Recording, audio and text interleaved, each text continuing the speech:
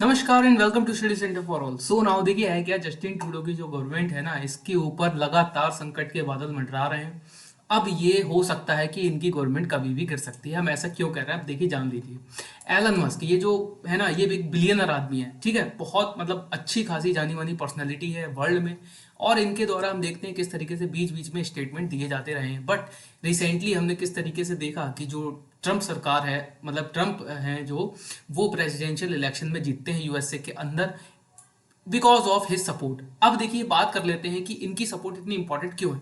हमने हाल फिलहाल में देखा जो प्रेसिडेंशियल इलेक्शन चल रहे थे यूएसए के अंदर, उसमें डोनाल्ड ट्रंप और कमला हैरिस के बीच बहुत कड़ी टक्कर बताई जा रही थी।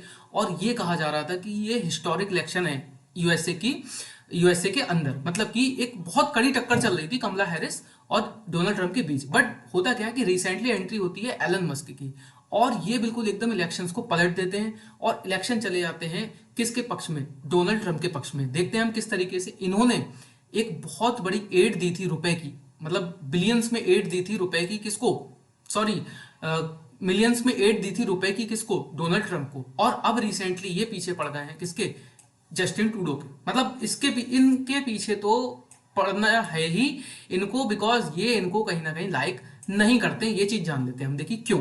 देखिए Elon Musk statement, Justin Trudeau will be next. अब क्या नेक्स्ट, अब देखिए इनडायरेक्टली इनके द्वारा कहा गया है जो बाइडन है ना, इसके बाद, बाइडन के बाद नंबर है जस्टिन ट्रूडो का। मतलब कि कैसे, पहले तो गए हैं बाइडन, अब जाएंगे जस्टिन ट्रूडो। इसको समझ लेते हैं, ह्यूज स्टेटमेंट है इनकी। देखिए होता क्या है, रिसेंटली इनके द्वारा एक ट्वीट किया जाता है, सॉरी ट्वीट, अब तो ट्वीट नहीं कहूंगा, इनके द्वारा सोशल मीडिया प्लेटफॉर्म एक्स जो है ना, इसके ऊपर एक पोस्ट की जाती है, ही will be gone in next upcoming election. Means अब इस चीज को मैं बताता हूँ आपको क्या मैटर है। देखिए ये है एक रॉबर्ट रॉनिंग पत्रकार, इनके द्वारा टैग किया जाता है एलन मस्क को और कहा जाता है कि we need your help in Canada getting rid of Trudeau. मतलब कि देखिए इनके द्वारा डायरेक्टली, ये पत्रकार हैं और ये एक कंपनी के मालिक हैं, ठीक है, इनके द्वारा इनसे क्यों कहा जा रहा है कि he will be, sorry, we need your help, because ये सब जानते हैं कि किस तरीके से इन्होंने यूएसए के जो इलेक्शन है उनको अफेक्ट किया, जो कि रिजल्ट जाने थे कमला हैरिस के पक्ष में, और वो रिजल्ट चले गए कमला हैरिस के अगेंस्ट, और जीते कौन, डोनाल्ड ट्रंप। अब ये कह रहे हैं कि भाई हमें आपकी जरूरत है। और यहाँ पर देखिए हंसी की बात तो ये है कि इन्होंने डायरेक्टली कह भी दिया, ही will be gone in the upcoming election. अब देखिए है क्या, कनाडा के अंदर 2025 में होने हैं इलेक्शन, ठीक है, जिसमें नए पीएम चुने जाएंगे, ठीक है। और 2025 में सुना ये जा रहा है कि अक्टूबर 2025 तक कनाडा में ये इलेक्शन हो जाएंगे और नए पीएम का सिलेक्शन भी हो जाएगा।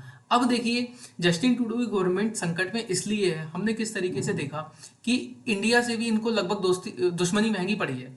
अब वो किस तरीके से पड़ी है, इनके ही लगभग 20 एमपीज जो है ना, उनके द्वारा कहा गया था कि भाई एक अल्टीमेटम दिया गया था कि आप जो है 28 अक्टूबर तक अपना इस्तीफा दीजिए, अदरवाइज हम आपके खिलाफ लेके आएंगे अविश्वास प्रस्ताव। अब ऐसा क्यों कहा गया था, देखिए है क्या ना, जस्टिन ट्रूडो की गवर्नमेंट है, इनकी कुछ ऐसी पॉलिसी हैं जिनको इंडिया और कह लीजिए कि साथ ही साथ एलन मस्क वो लाइक नहीं करते हैं। अब उस पर हम लोग थोड़ी सी चर्चा कर लेते हैं। देखिए है क्या, जस्टिन ट्रूडो खालिस्तान को ओपनली सपोर्ट करते हैं कनाडा के अंदर। हाल फिलहाल में मैंने एक वीडियो कवर की थी जिसमें हमने देखा था कि कैसे हिंदू जो डिवोटीज हैं टेम्पल में घुसकर खालिस्तानी आतंकवादियों द्वारा, समर्थकों द्वारा टेम्पल के अंदर घुसकर उनसे मारपीट की जाती है, बच्चे बूढ़े औरतों सबसे इनके द्वारा, खालिस्तानियों के द्वारा मारपीट की जाती है, ठीक है।